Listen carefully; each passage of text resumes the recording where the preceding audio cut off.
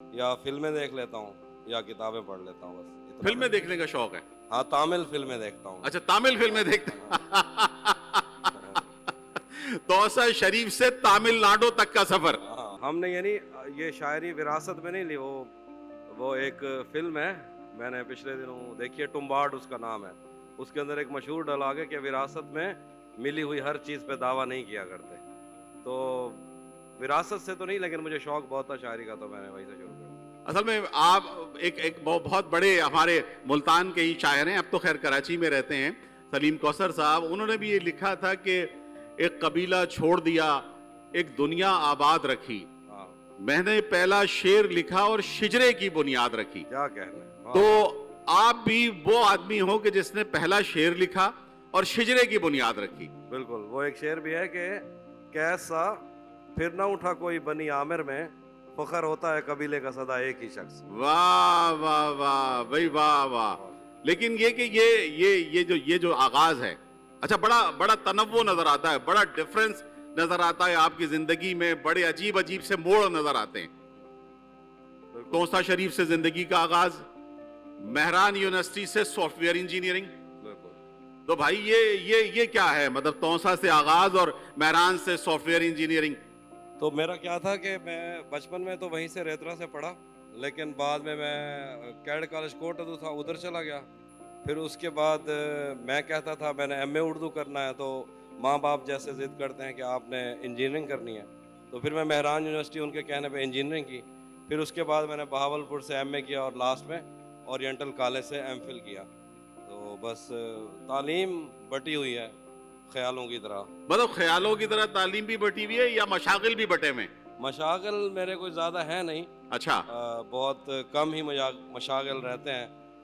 मैं ज़्यादा से ज़्यादा या सो लेता हूँ या फिल्में देख लेता हूँ या किताबें पढ़ लेता हूँ, बस इतना। फिल्में देखने का शौक है? हाँ, तामिल फिल्में देखता हूँ। अच्छा, तामिल फिल्में देखते तौसा शरीफ से तमिलनाडु तक का सफर हाँ, है? वो लास्ट टाइम अभी आई थी पुष्पा, झुकेगा नहीं साला, तो वो मेरी फेवरेट फिल्मों में से है। क्योंकि मुझे ना वो जो साउथ इंडियन है, जो उनका सिनेमा है, वो इसलिए भी पसंद है। हम तो जो तमिल सिनेमा देखते हैं वो बहुत सामने का है, लेकिन उनका जो पैरेलल सिनेमा है, वहाँ के जो लोग जी हैं, जी, वो बहुत क्रिएटिव हैं और उनको कहानी लिखना आता है और उनको काम करना आता है, तो इसलिए वो मुझे पसंद है। और उसने तो हाफी पूरे बॉलीवुड पर हमारा असरअंदाज हो गया है। बिल्कुल। वैसे तो मैं इस बात पर बड़ा खुश हो रहा हूँ कि तुम तमिल फिल्में देखते हो, इसलिए कि वो मेरा दोस्त नोमान खान है यहाँ पर, वो हमारे आर्ट्स काउंसिल का, तो वो मुझे अक्सर कहता है कि मुझे कहता है कि तुम तमिल फिल्मों के हीरो लगते हो। अब पता नहीं मैं कहाँ से लगता हूँ या नहीं लगता, लेकिन इस बात पर मैं खुश हो गया। नौमान को ये कहूंगा कि तुमने अल्लाह को जान भी देनी है। हीरो नहीं, तमिल फिल्मों में करप्ट नेता होते हैं। हम कोशिश करेंगे कि हाफी के साथ इसी तरह से हल्की फुल्की बातें करते रहें। हमें कोई बहुत ज्यादा टेक्निकल बातें नहीं करनी हाफिज से। हम शायरी भी सुनना चाहेंगे, हम बातें भी करना चाहेंगे, हम ये मालूम करना चाहेंगे कि भाई ये जो इंडियन फिल्मों में, खैर तमिल फिल्मों में तो नहीं, लेकिन इंडियन फिल्मों में अमिताभ का एक एंग्री यंग मैन का इमेज आया था कि एंग्री यंग मैन, तो ये जो हाफी का स्टाइल लगता है मुझे वही कोई एंग्री यंग शायर का स्टाइल लगता है। आस्तीने वास्तीने चढ़ाई हुई और अच्छा जनाब और चादर डाल के और मतलब ये कि इस तरह से शेर पढ़ना, तो ये एंग्री शायर वाला स्टाइल कोई खास तौर पे अपनाया या ये बस वैसे ही बन गया? नहीं, असल में क्या रहता है कि मैं जब शेर पढ़ता हूँ, अब मेरा मुंह बहुत सीरियस दिखता है, तो कई दफ़ा लोगों को ये लगता है कि गुस्से में ही रहता होगा। अच्छा, लेकिन मैं हंसता रहता हूँ, मुझे हंसना पसंद है। अच्छा। तो बस चादर वगैरह तो मैं लेता हूँ और कपड़े में यही पहनता हूँ। चूँकि मैं तौसा शरीफ से हूँ, तो मैं ये चाहता हूँ कि मैं जिस इलाके से हूँ, सारी ज़िंदगी में जहाँ भी जाऊँ तो उस इलाके का नाम आता रहे। और बलोच कबीले से भी हूँ और मुझे फ़ख्र होता है। और वो लोग जो हैं, रात उन्होंने इफ्तिखार आर साहब ने शेर सुनाया और ये कहा जाता है कि पैगम्बरों और शायरों के साथ उनकी अपनी ज़मीनें वफा नहीं करती, लेकिन मेरे इलाके वाले मुझसे बहुत मोहब्बत करते हैं। वाह जो वाह वाह, बलोच लोग हैं वो बहुत मोहब्बत करते हैं सराइकी इलाके के। क्या बात है, क्या बात है। वो तो बहुत शुक्रिया जी। जी, कराची वाले भी बहुत मोहब्बत करते हैं। और इफ्तिखार भाई ने रात जो आपके साथ وہ شاعری میں شعر سنایا تھا میں کہہ رہا ہوں کہ کراچی والے بھی کرتے ہیں، ویسے ہر کوئی کرتا ہے، لیکن پرابلم یہ ہوتا ہے کہ شاعر جہاں سے اٹھتا ہے نا، وہ علاقے جو ہیں وہ زیادہ ان کے مخالف ہو جاتے ہیں، وہاں کے لوکل لوگ، وہاں کے شاعر. لیکن ہم سرائکی لوگ ہیں جو، تو ہم میں سے کوئی بھی آتا ہے تو ہم اس کو سپورٹ کرتے ہیں، اسے پیار کرتے ہیں. تو میرے سے بس یہ وہ جو بات حافظ نے ذکر کیا کہ پیمبروں سے زمینیں وفا نہیں کرتی، پیمبروں سے زمینیں وفا نہیں کرتی، ہم ایسے کون خدا تھے کہ اپنے گھر رہتے. میں نے یہ سب کچھ سوچا بھی نہیں تھا کہ مجھے اتنے لوگ پیار کریں گے، کبھی بھی نہیں سوچا تھا.